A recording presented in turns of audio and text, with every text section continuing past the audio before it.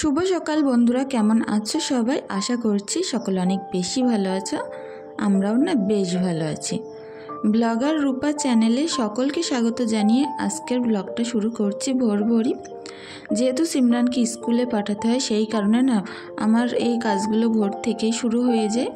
ভোর ভোর তো উঠে সিমরানের ব্যাগটা গুছিয়ে টিফিন রেডি করে দিলেই ওর মতো ড্রেস পরে চলে যায়। তো তারপর থেকেই আমি সংসারের কাজ কামে হাত দিয়ে দিই, আর শোয়ার আর কোনো প্লেস পাই না। তারপরে না যদি একটু শোয়ার চিন্তা ভাবনা করি, তখন কিন্তু কাজগুলো করতে বেশ লেট হয়ে যায়।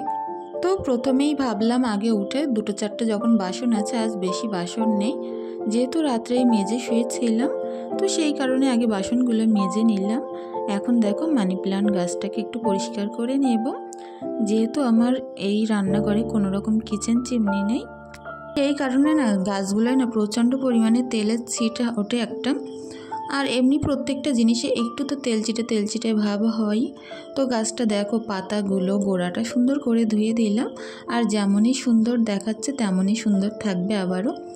এই গাছগুলোর প্রতি একটু যত্নশীল হলে না এরাও আমাদের প্রতি অনেক ভালোবাসা দেখায় আর অনেক সুন্দর থাকে। সামান্য জিনিসের জন্যও কিন্তু আমাদের রান্নাঘরটা সুন্দরভাবে সেজে ওঠে। তো প্রত্যেক রান্নাঘরে এরকম যদি গাছগাছালি রাখা হয় না, দেখতে কিন্তু বেশ ভালো লাগে আর কাজে কামেও মন বসে। আমি তো দেখেছি রান্নাঘর পরিষ্কার পরিচ্ছন্ন একটু টিপটপ হলে তাতে কাজ করতে না অনেক ভালো লাগে। সকালবেলা যদি এক কাপ চা খেয়ে নেওয়া যায়, এতটা ভালো লাগে সেটা কি বলবো। কাজেও না প্রচণ্ড পরিমাণে এনার্জি পাওয়া যায়। তো দেখো বিস্কুট ছিল না আজ বাড়িতে, সেই কারণে একটা কেক নিলাম। আর এদিকে দেখছো কতটা পরিমাণে মেঘলা হয়েছে। তো আজ মনে হচ্ছিল যেন সকাল সকাল বৃষ্টি শুরু হয়ে যাবে, তো হলেও না বেশ ভালো হবে, কারণ এই কাজগুলো করতে করতে এত প্রচণ্ড গরম লাগে। আর এই কটা দিন তো প্রচণ্ডই গরম পড়েছে। সকালবেলা করে টানটানে রোদ্দুর আর বিকালবেলা করে মেঘলা ওয়েদার। বিকালে করে ওয়েদারটা একটু ঠান্ডা হতো, কিন্তু সকালবেলা কি বলবো। আর তাতে করে তো সারা সকাল আমার দোকানে থাকতে হয়, অ্যালবেস্টারের চাল, এত প্রচণ্ড কষ্ট হয় সেখানে কি বলবো। আর এখন দেখো কথা বলতে বলতে আমার এই পাশের যে চৌকিটা গুছিয়ে তারপরে টেবিলের ওপরটা গুছিয়ে নিলাম। আর এই কাপড়টা দেওয়ার একমাত্র কারণ যে এই যে টেবিলের ওপরে পেপারটা দেওয়া আছে না, বারবার উড়ে যাচ্ছে হাওয়া লাগলে। ওটা দেওয়া থাকলে দেখতেও ভালো লাগছে, আবার পেপারটাও কিন্তু উড়বে না, কারণ আমার এই পিছনের জানলা দিয়ে প্রচণ্ড হাওয়া আসে আর সব কিছু লণ্ডভণ্ড হয়ে যায়।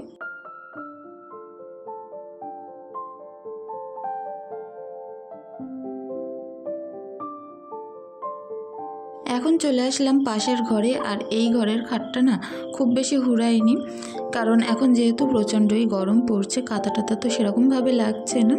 শুধু ঈশা শোয় বলে ঈশার জন্য কিন্তু নিচেই পাতা, দুটো একটা কাঁথা আমার বেছাতে হয়। আর তাছাড়া এমনিতেই পরিষ্কার আছে, শুধু একটুখানি বেডশিটটা টেনে পরিষ্কার করে সুন্দর করে গুছিয়ে নেব। আর এখন না একটা জিনিস সুবিধা হয়েছে, মেঝেটা করার পরে না আমার ঘর বাড়ি খাটে আর মোটেও ধুলো উঠছে না। আগে যে বারান্দার মেঝেটা দিয়ে এত পরিমাণে ধুলো উঠতো, ঝাড়ু দেওয়ার সাথে সাথে সব কিছু সাদা হয়ে যেত, আর এখন সেইটার হাত থেকে না একটু রেহাই পেয়েছি। তো এখন শুধু এই খাটের ধারগুলো গুজে দিলেই কিন্তু খাটটা আমার গোছানো শেষ, তারপরে ঝাড়ু দিয়ে নেব। তার আগে ভাবলাম এই কোণাটা একটু পরিষ্কার করে নিই, যেহেতু এই কোণায় সেরকমভাবে ঢুকতে পারি না। এখানে যে ফ্রিজটা রয়েছে তার জন্য না এই কোণাটায় একটু অসুবিধা হয় ঢুকতে। তো তারপরে দেখো ড্রেসিং টেবিলটা গোছাতে চলে আসলাম। এখানটাও একটু সাদা হয়ে গেছে ধুলোয়, তো সেই কারণেই মুছে নিচ্ছি। আর তা বাদেও না এই গরমের সময় এত পরিমাণে পাউডার মাখে বাচ্চারা, যে এর ওপরে পুরো পাউডারে সাদা হয়ে যায়, তো দেখতেও না একটু বাজে লাগে। এখন দেখো এটাও সুন্দর করে গুছিয়ে নিচ্ছি। এর সামনে বেশি ক্রিম ট্রিম আমি রাখি না, কারণ ঈশা কোনো কিছুই রাখতে দেয় না, সব কিছু নষ্ট করে ফেলে। তো সেই কারণে ফুল টুল দিয়ে সাজিয়ে রাখিস, নাই তো না সামনেটা দেখতে কেমন বাজে লাগে একেবারেই যদি কোনো জিনিসপত্র না রাখি। তো ওই দুটো একটা জিনিসপত্র রেখে ফুল টুল দিয়ে গুছিয়ে রাখলাম। তো তারপরে দেখো এখন সুন্দর করে ঘরটা তো ঝাড়ু দিয়ে নিলাম। আর কাল রাত্রে না যেগুলো এখানে মেলেছিলাম ভিজে জামা কাপড়, সেগুলো দেখো কত সুন্দর শুকিয়ে গেছে। যেহেতু মাঠের মাঝখানে বাড়ি আমাদের, আর বিল চারিদিকে এত সুন্দর হাওয়া বয় না, যে ঘরের ভিতরে যাই মেলা হয় না কেন শুকিয়ে যায় সকাল হতেই। এখন ঈশা ওদিকে আমার পেছন পেছন ঘুরঘুর করছিল আর আমি আমার কাজগুলো কিন্তু করে নিচ্ছিলাম। বারান্দায় না এখনও কিছু কিছু জায়গায় দেখছো না আবছা আবছা পানি আছে। রাত্রে যখন শুতে যাই তখন না পানি দিয়েই শুতে যাই আমরা। যেহেতু ঘরের যখন মেজে হয়েছিল না, তখন তো বুঝতাম না, 2 দিন পানি দিয়ে পানিগুলো বের করে দিয়েছিলাম। আর যে ঘরের মেঝেগুলো আছে না একটু কেটে কেটে গেছে, তো সেই কারণে এখনও না এই রান্নাঘর তারপরে বারান্দা সব মেঝেতেই রাত্রে আমরা পানি দিয়েই শুই। যেহেতু পানি তো আটকে রাখতে পারিনি, সেই কারণে পানি ছিটিয়ে দিয়েই শুই। পানি আটকে রাখলে ঈশা তাতে অনেক বেশি লাফালাফি করছিল, ঘরে যাচ্ছিল, কাদা কাদা করছিল, সেই কারণে পানিটা বের করে দিয়েছি। এখন পুকুরে চলে আসলাম, আর কিছুটা জামা কাপড় আছে, ঈশার কিছুটা হিসু করা কাঁথা আছে, সেগুলো কিন্তু সুন্দর করে পুকুর থেকে ধুয়ে নেব। ওয়েদারটা দেখছো কতটা সুন্দর, নাও বৃষ্টি, নাও মেঘলা, আবার নাও রোদ্দুর, খুব ভালো লাগছে। গরমের সময় যদি এরকম ওয়েদার থাকে না, কাজ করতে মোটেও গায়ে লাগে না। যেমন তাড়াতাড়ি জামা কাপড় শুকিয়ে যায় বৃষ্টি না হলে, আবার এরকম মেঘলা মেঘলা থাকলে না কাজগুলো করতেও বেশ ভালো লাগে, কারণ গরমও কিন্তু কম লাগে। তো সকালবেলা অন্য দিনের তুলনায় গরমটা একটু কম ছিল, তো মনে হচ্ছে না আকাশ দেখে এক্ষুনি বৃষ্টি চলে আসবে। দেখছো যেন একটু মেঘলা মেঘলা ভাব আছে।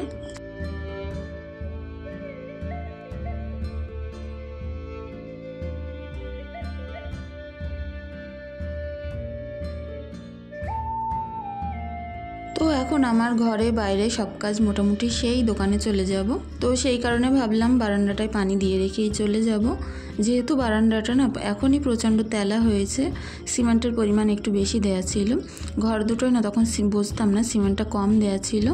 তো কতদিন পর্যন্ত যে একটা খড়খড়ে ভাব ছিল, ঘরবাড়ি মুছতেই পারতাম না, সেই তুলনায় বারান্দাটা কম আছে। আর দোকানে চলে আসলাম, আসার কিছুক্ষণ বাদে এত প্রচণ্ড বৃষ্টি এসেছে সেটা আর কি বলবো। তো এই বৃষ্টির মাঝে একটু ঝালঝাল নিমকি খেয়ে নিচ্ছিলাম। তো সারা সকাল দোকানদারি করে এখন আসছি সেই দুপুর 1:30টার সময়। তো আগেই এসে ডেকচিটা মেজে পরিষ্কার করে ধুয়ে নিয়ে এর মধ্যে চালটা ধুয়ে ভাতটা আগে বসিয়ে দেব। তারপরে আমি কিছুটা মাছ কেটেছি, নোনা মাছ, কেউ আইলা মাছ বলে, কেউ পটল মাছ বলে। তো সেই মাছ 2 পিস নিয়েছিলাম, সেটাও ঝোল করব আজ। আর হাজব্যান্ডকে বলছিলাম যে একটু সজনে শাক পেরে দিতে, যেহেতু অনেক দিন সজনে শাক খাওয়া হয় না। আমার যেমন সজনে শাক পছন্দ, হাজব্যান্ডের তো আরও বেশি পছন্দ। তো এখন মাছটা ধুয়ে নিয়ে আমি পেঁয়াজ আদা রসুন সুন্দর করে থেতো করে নেব। পেঁয়াজটা করব না, আদা রসুন করব। তো এর থেকে কিছুটা রসুন আমি থেতো করা রসুন তুলে রাখছি শাকে দেব বলে, আর বাদবাকিটা থেতো করে রেখে দেব। তার সঙ্গে মিক্সিতে একটুখানি পোস্ত আর এই থেতো করা আদা রসুন বাটা দিয়ে কিন্তু সুন্দর একটা পেস্ট বানিয়ে নেব। তাহলে কিন্তু মাছ ঝোলটা একটু গাঢ় হবে আর খেতেও ভালো লাগবে। সবসময় না মাছ ঝোলে যদি পেঁয়াজ বাটা দেয়া যায়, মাছ ঝোলটা খেতে অনেক ভালো লাগে। সেই জন্য চেষ্টা করি হাতে সময় থাকলে পেঁয়াজটা বাটা করেই দেওয়ার জন্য। এদিকে দেখো ভাতটা ওপাশে বসিয়ে দিলাম, দিয়ে এদিকে মাছটা ভাজতে বসিয়ে দেব। তার মধ্যে ভাবলাম তেলটা যেহেতু শেষ হয়ে গেছে, বোতলটা আবার রিফিল করে নিই। আর সুন্দর করে এখন তেলটা ভরে নিলাম। আর আমরা না কখনো সরিষার তেল কখনো সাদা তেল খাই, তার কোনো ঠিক ঠিকানা নেই। যখন হাতের কাছে যে তেলটা থাকে সেটাই ব্যবহার করা হয়। যেহেতু সরিষার তেল বাড়িতে অল্প একটুখানি আছে, তো দোকানে বোতল নিয়ে যাওয়ার কথা ভুলে গেছিলাম সরিষার তেল আনবো বলে, কিন্তু ভুলে গেছিলাম। আসার সময় ভাবলাম বোতল যখন আনিনি তখন সাদা তেলের একটা প্যাকেটই নিয়ে যাই। তো এখন এই সাদা তেল দিয়েই খাওয়া হবে।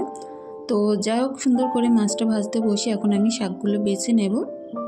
তো দেখো হাজব্যান্ড অনেকখানি শাক পেরে দিয়ে গেছে, এই শাকগুলো সুন্দর করে বেছে নেব। এতটা শাক আমাদের লাগবে না, বাদবাকি যতটা থাকবে আমার মায়ের পাঠিয়ে দেব। তো সজনে শাক যে এত ভালো লাগে সেটা কি বলবো। আর এখন তো সেরকম পাওয়া যায় না, শুধু আমাদের গাছ আছে বলে এখন পেরে এনে খাওয়া যায়। আর আগে তো প্রায়ই সজনে গাছ এদিকে ওদিকে পাওয়া যেত, এখন আর হয় না সেরকম।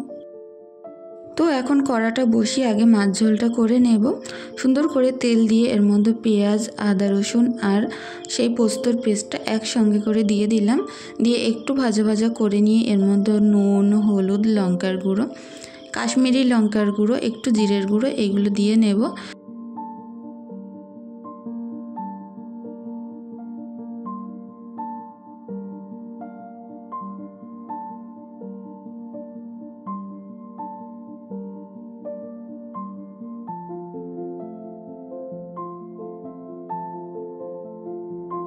তো মাছের ঝোলটা যখন ফুটে উঠবে নামানোর আগে একটুখানি গোলমরিচের গুঁড়ো একটুখানি জিরের গুঁড়ো দিয়ে নিলাম।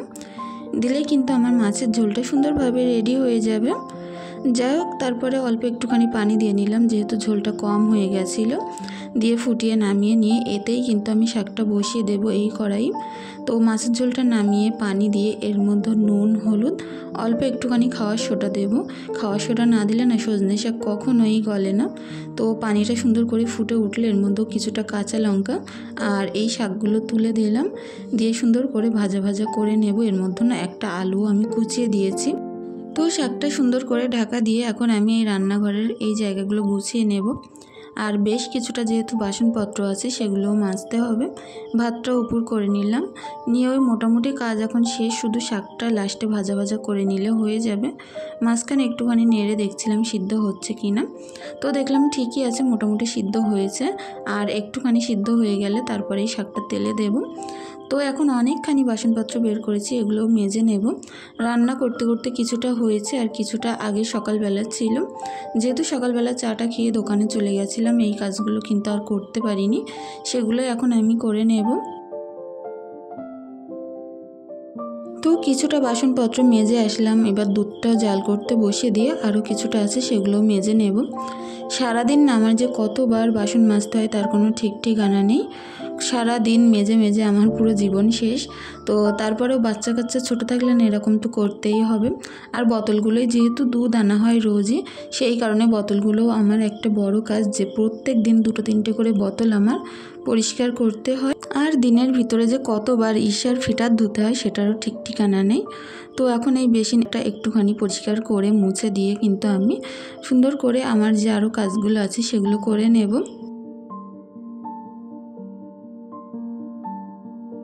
তো এখানে শাকটা তেলে দেব, সেই কারণে পেঁয়াজ রসুন লাল লাল করে ভাজা করে নিলাম। নিয়ে কিন্তু এর মধ্যে শাকগুলো তুলে দিয়ে অল্প নেড়ে চেড়েই নামিয়ে নেব। এই শাক বেশি পোড়ো পোড়ো করলে কিন্তু ভালো লাগে না, একটু দেখেছি রসরস ভাব থাকলেই ভালো লাগে।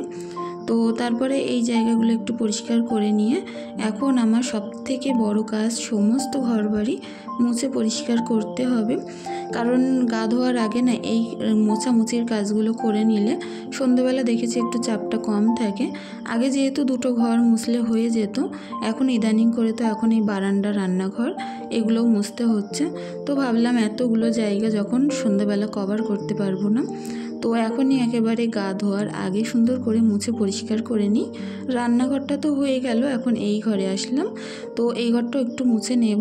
এই ঘরে না সিমরা নিশা ঘুমাচ্ছে, তো আমি আস্তে আস্তে মুছছিলাম আর বারবার দেখছিলাম ঈশা যাতে ঘুম থেকে না উঠে যায়।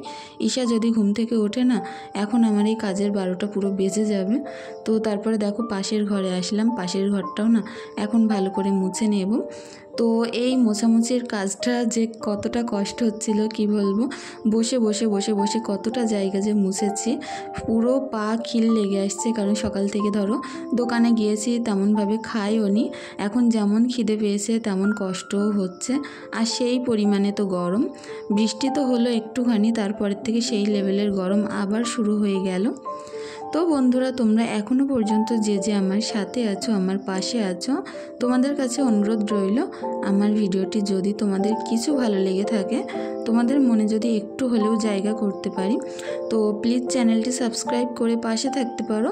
আর যদি বেশি কিছু ভালো লেগে থাকে অবশ্যই একটি লাইক, একটি কমেন্ট করে দিয়ে যেও, পরবর্তী ভিডিওতে যাতে আমার সুন্দর একটা আগ্রহ জন্মায় ভিডিওগুলো তৈরি করতে। তোমরা যখন না সুন্দর সুন্দর কমেন্ট করো, পরবর্তী ভিডিওগুলো তৈরি করতে যে এত বেশি আগ্রহ হয় সেটা কি বলবো, খুব ভালো লাগে কমেন্টগুলো পড়ে। তো আজ তো আমি কারোর কমেন্ট আমি নিতে পারলাম না, কারণ হাতে না সেরকম সময় নেই আর সেই পরিমাণে কষ্টও হচ্ছে। তো প্লিজ কেউ কিছু মনে করো না, চেষ্টা করব পরবর্তী দিন ভিডিওর মাঝখানে তোমাদের নামগুলো নিতে। তো এখন দেখো বারান্দাটাও ভালোভাবে মুছে নিলাম। আর এই বড় বারান্দা মুছতে আমার যে কতখানি সময় লেগেছে সেটা কি বলবো, তবে অবশেষে করা শেষ হয়ে গেল। মানুষের না চেষ্টার অসাধ্য কিচ্ছু না।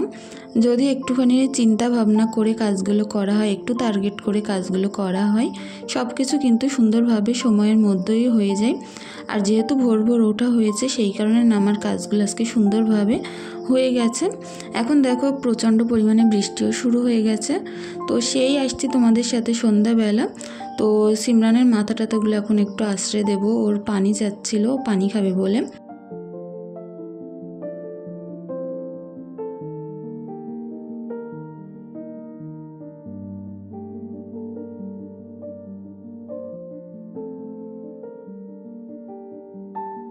তো সংসারের কাজ, সমানভাবে দুটো বাচ্চাকে গুছিয়ে রাখা, সব কিছু বলতে পারো একটু কষ্টকর হলেও অসাধ্যের কিছু নয়।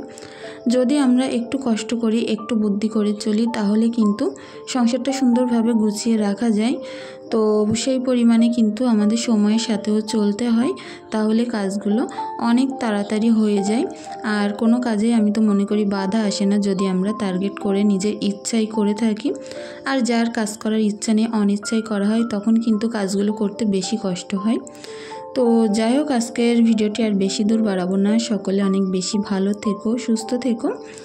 আর আগামী দিন চেষ্টা করব আরও নতুন সুন্দর একটা ব্লগ নিয়ে হাজির হতে। আর ততক্ষণ তোমরা আমার পাশে থেকো, আমাদের জন্য একটু দোয়া, ভালোবাসা, আশীর্বাদ রেখে যেও। ধন্যবাদ।